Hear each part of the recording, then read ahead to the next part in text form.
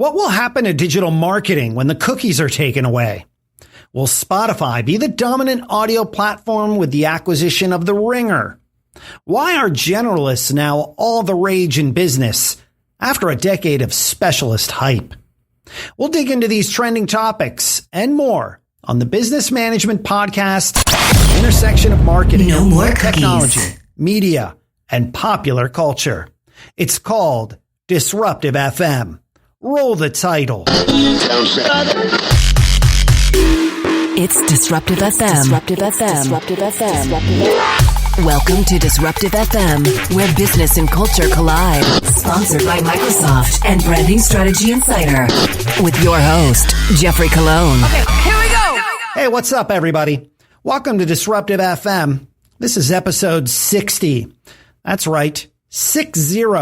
I'm Jeffrey Colon, head of the brand studio for Microsoft Advertising.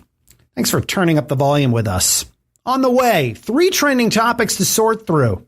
And we'll also hear from David Epstein, author of the book Range, Why Generalists Triumph in a Specialized World. It's going to be a good one. So let's dive in. Here are this week's trending topics. No more cookies. The online advertising industry is facing an identity crisis of its own making. Digital marketing as we once knew it, retargeting you across the web after a site visitation or the abandonment of a shopping cart, is being tasered. The use of third-party cookies became so pervasive, it's now a privacy problem. The ad tech industry has tried to address the problem on its own, but those efforts have proven nada, resulting in government regulators and browser developers to rein in online creeping. How long has the industry seen the regulation freight train coming? 12 years. Now that it's here, all behavior has to change, but the industry is so hooked on the sugar rush from its cookies. The industry's method of tracking people's online behavior to target and measure ads has to change. In 2 years, Google's Chrome browser will no longer support third-party cookies. This will serve as the final death knell and the official launch of the industry's quest for an alternative. But what is that alternative? Will we replace cookies with simply more sugar? Or worse, a Splenda? Currently, the industry lacks a consensus alternative to the third-party cookie. Google has said that it will work with industry representatives to develop an alternative to the third-party cookie. The explosion in identifiers will create complications, however. The real work is these IDs are going to need to be based on first-party data identities, like your email or phone number. Of course, the use of email addresses or phone numbers to underpin the online advertising's identity layer is much easier said than done. Not only will companies need to be able to collect people's email address or phone numbers, but they'll have to receive their consent to have that information used for advertising purposes. Let me tell you, that's never going to happen. And that is how the cookie of digital advertising crumbles. Trending topics on DFM. Ringer Ka-Ching. Hey, did you hear that sound? Ka-Ching! That's the sound made when popular music streaming service Spotify recently bought podcast network The Ringer. As the podcast industry continues to grow its audience, Spotify's announcement to purchase The Ringer broadens Spotify's content with sports and pop culture podcasts. The Ringer, founded by Bill Simmons in 2016, features more than 30 podcasts, such as the Bill Simmons Podcast and The Rewatchables. In fact, many thought we were nuts on DFM when we said on episode 37 that The Ringer was the business model for sports publishers going forward. Why? Because sports radio is so big, Simmons and team were basically remixing that model and making it work with actual revenue for the on-demand audio era. Pivot to video. Whatever. So why this move and why now? Well, podcasts from The Ringer could bring more listening ears to Spotify, further attracting advertisers. This comes at a time when other music streaming behemoths such as Amazon and Apple are also trying to expand on exclusive audio offerings. The media giant also reported its fourth quarter results after the acquisition announcement of The Ringer, with a jump in monthly active users. In the report, the company cited their investment in podcasts having a positive impact on the conversion of free users to paying customers. The platform currently offers more than 700,000 podcasts. Yes, including this one you're listening to right now. Cupertino, California. Consider yourself warned. Sincerely, Stockholm, Sweden. Trending topics on DFM. Range. The story goes like this. A young boy starts playing golf at the age of 3 and becomes the next big professional golfer at age 20. He never played any other sports. He goes on to win a bunch of trophies. Of course, we know who the athlete is, Tiger Woods. But what about the tale of the professional athlete that played video games until he was 15? And when he was 15, he started playing sports and didn't really know what sport to play. He thought he would be a soccer player. Then he was introduced to tennis. He wasn't that serious about it, not specializing in the sport, but deciding to go pro when he was 17. That player? Roger Federer. Now ranked number 3, but at one time the number 1 player in the world. What can we learn from this tale? A lot. Because more of us follow the path of Roger than we do of Tiger. In that most of us aren't specialists when we come out of the womb. Well, David Epstein wrote a book about this subject. And we, of course, named it to our top 5 business books of 2019. The book, Range, Why Generalists Triumph in a Specialized World. David was kind enough to join me on Microsoft Teams last week to talk about this and much more. Let's take a listen to that interview. Since we were talking about grit and sticking with the things you do, I want to frame it through that. I think most of the people in the book that I wrote about did not set out. Very few set out saying, I just want to be a broad person, kind of. More often, they set out in search of what economists call match quality, which is the degree of fit between your interests and your abilities in the work that you do, which turns out to be extremely important for your persistence, your sense of fulfillment, your performance, etc. And by searching for that continually, they would just end up having a lot of different experiences and zigzagging, all sorts of things.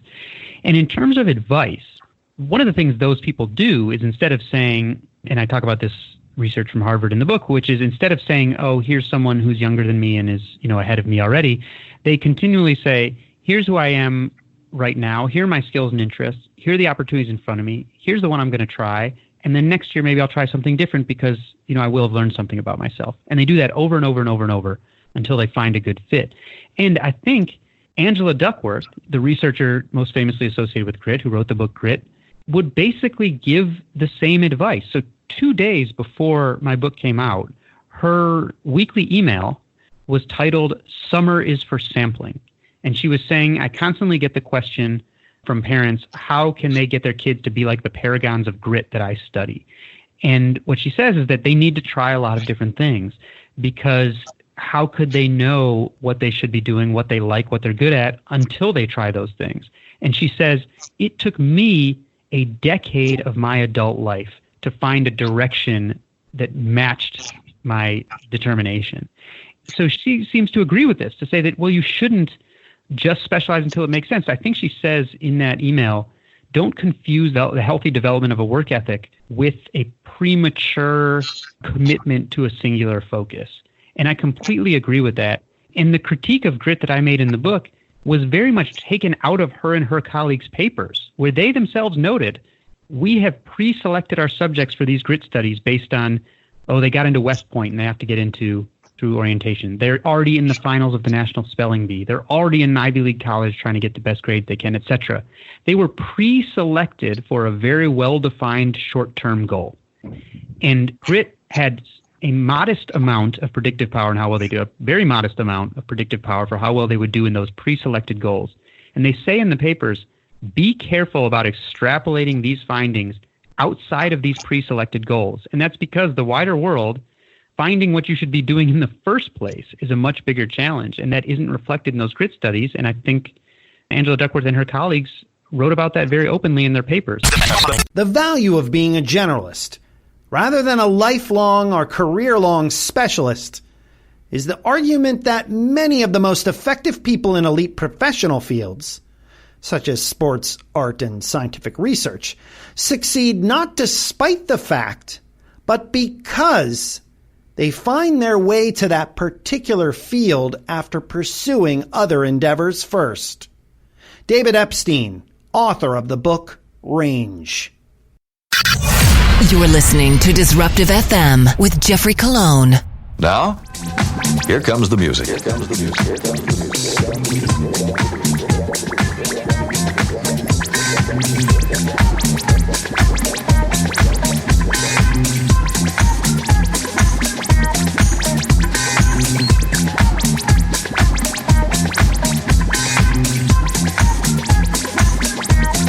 It's Disruptive FM, the culture of business.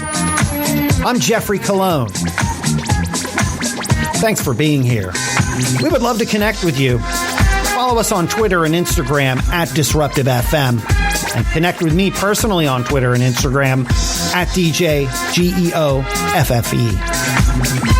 Big shout out to our sponsors, Microsoft Advertising, Intelligent Connections. Create smarter customer journeys in the era of customer-centric marketing. Learn more at microsoftaDvertising.ai. Branding Strategy Insider. Branding Strategy Insider serves 50,000 plus senior level marketers, CMOs, and business decision makers daily, and is distributed by partners such as The Washington Post, Wall Street Journal, Google News, and Forbes. Branding Strategy Insider is the leading resource for thought leadership in brand strategy and brand management. Learn more at brandingstrategyinsider.com. And Iographer. Iographer creates accessories for your mobile device to help you make better videos. Their cases allow you to attach filmmaking accessories like microphones, tripods, and lenses, and help you to stabilize your video and look like a pro. And they won't bust your budget either. We use them on a lot of our videos we make for Disruptive FM. Learn more at iographer.com. In the background, music from the Silver Rider. It's a track called Hustle Up. Out now on Whiskey Disco. And now Disruptive FM presents... What? What kind of shit is that? Come on! Tech stocks have surged to start 2020, lifting the entire market to record highs. But one place you won't find much enthusiasm for the rally is on Twitter. I have a theory about this. Many of Twitter's most influential voices rose to prominence in the aftermath of the financial crisis, and they carry the scars of skepticism of that era more than a decade later. If every financial mania needs a new class of investor that doesn't have scars from whatever meltdowns came before, maybe the same thing applies to the media formats talking about those markets. To someone used to financial market coverage on Bloomberg, the Wall Street Journal, or even Twitter, the idea of Gen Z college students making TikTok videos about their day trading strategies may seem outrageous or a serious bubble indicator.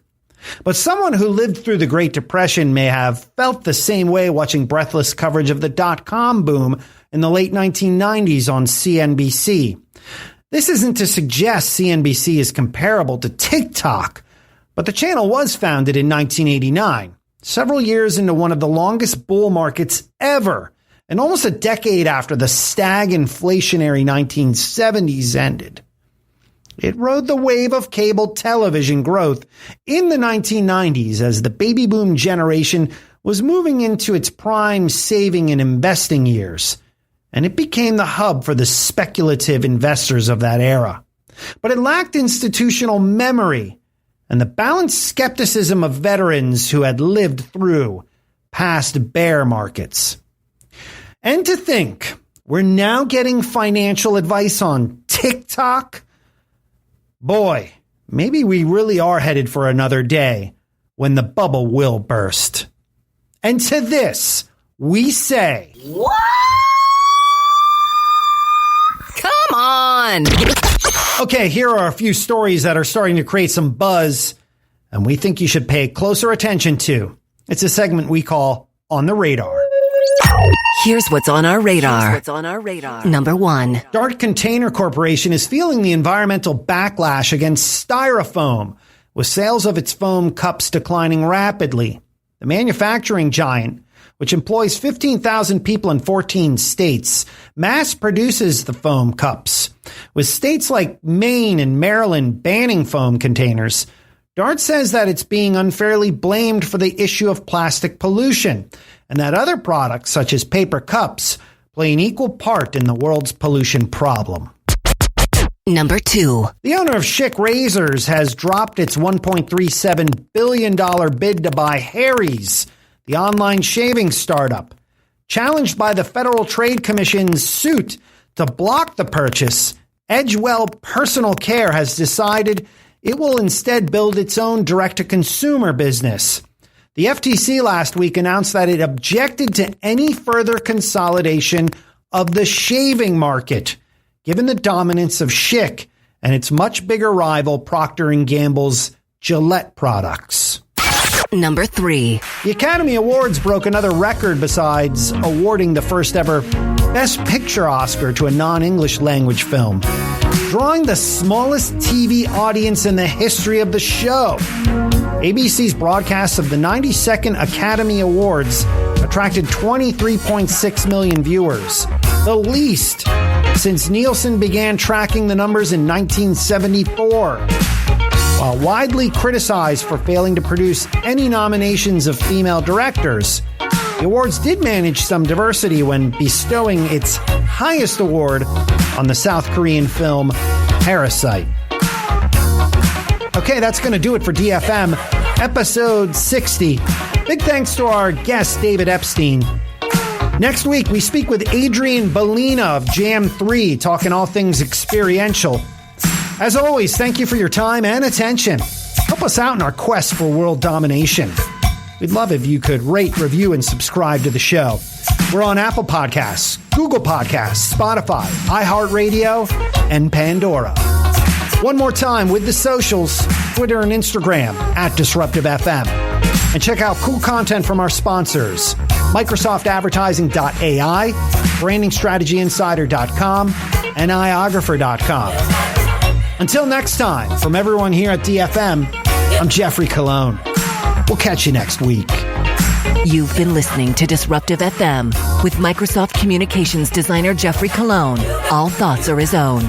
Disruptive FM is produced in Los Angeles by Feeler Media.